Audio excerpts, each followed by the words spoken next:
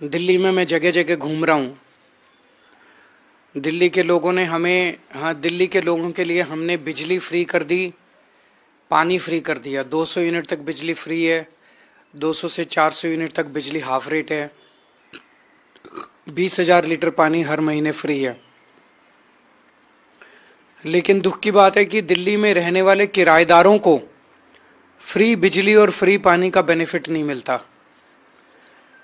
उसके अलग अलग कारण अलग अलग जगह हो सकते हैं, लेकिन जो भी कारण हो, किराएदार भी दिल्ली के रहने वाले हैं, उनको भी फ्री बिजली और फ्री पानी का बेनिफिट मिलना चाहिए।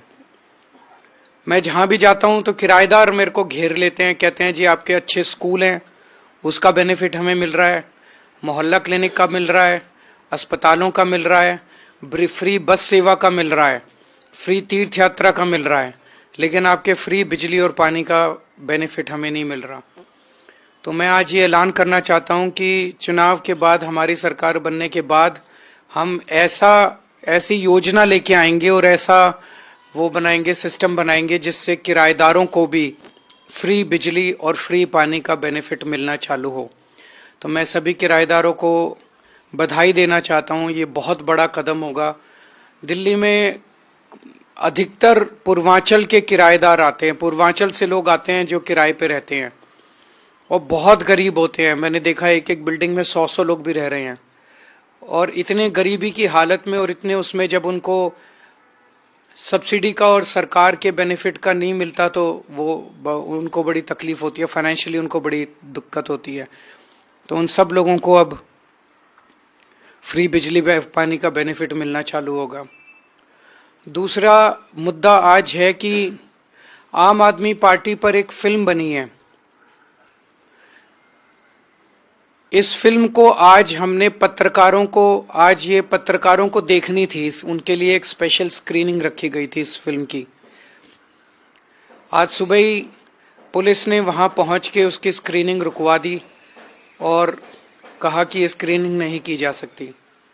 किसी भी कानून में, ये प्राइवेट स्क्रीनिंग थी, ये कोई पब्लिक स्क्रीनिंग नहीं थी।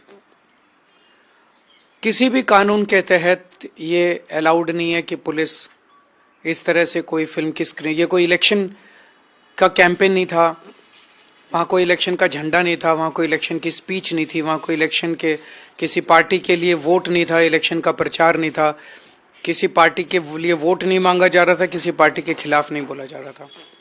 एक प्राइवेट स्क्रीनिंग थी फिल्म की। तो बीजेपी इतनी क्यों डरी हुई है इस फिल्म से?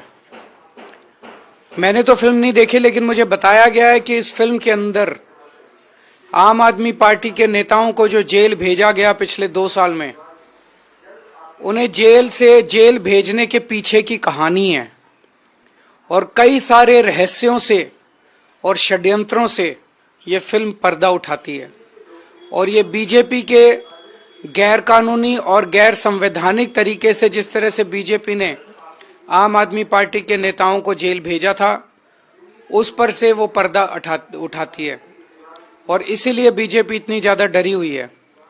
तो हम इसकी कड़ी निंदा करते हैं कि ये फिल्म को इस तरह से रोका गया, और हम उम्मीद करते हैं कि हमें परमिशन दी जाएगी इस फिल्म को दिखाने की। किससे लेनी होती है परमिशन? कहाँ लिखा है? ये तो इलेक्शन का इवेंट ही नहीं है। पुलिस को बहुत समझाया गया, इसका इलेक्शन से कोई लेना देना नहीं है। वहां कोई इलेक्शन, कोई पार्टी का झंडा नहीं है, कोई प्रचार नहीं है, कोई वोट नहीं मांग रहे, किसी तरह का कोई इलेक्शन इवेंट नहीं है। गुंडागर्दी है, तानाशाही है। मैं उम्मीद करता हूं आनी चाहिए, सबको देखनी चाहिए, बीजेपी के कुकर्मों का सबको पता चलना चाहिए।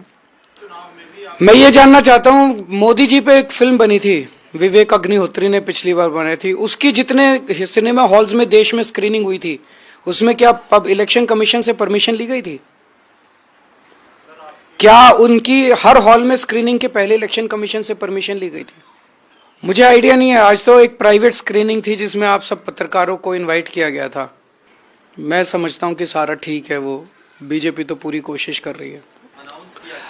उसमें कुछ अड़चने आई थी, तो वो सारी अड़चनें दूर करके इस बार इसको लागू किया जाएगा ताकि उन तक बेनिफिट पहुंच सके।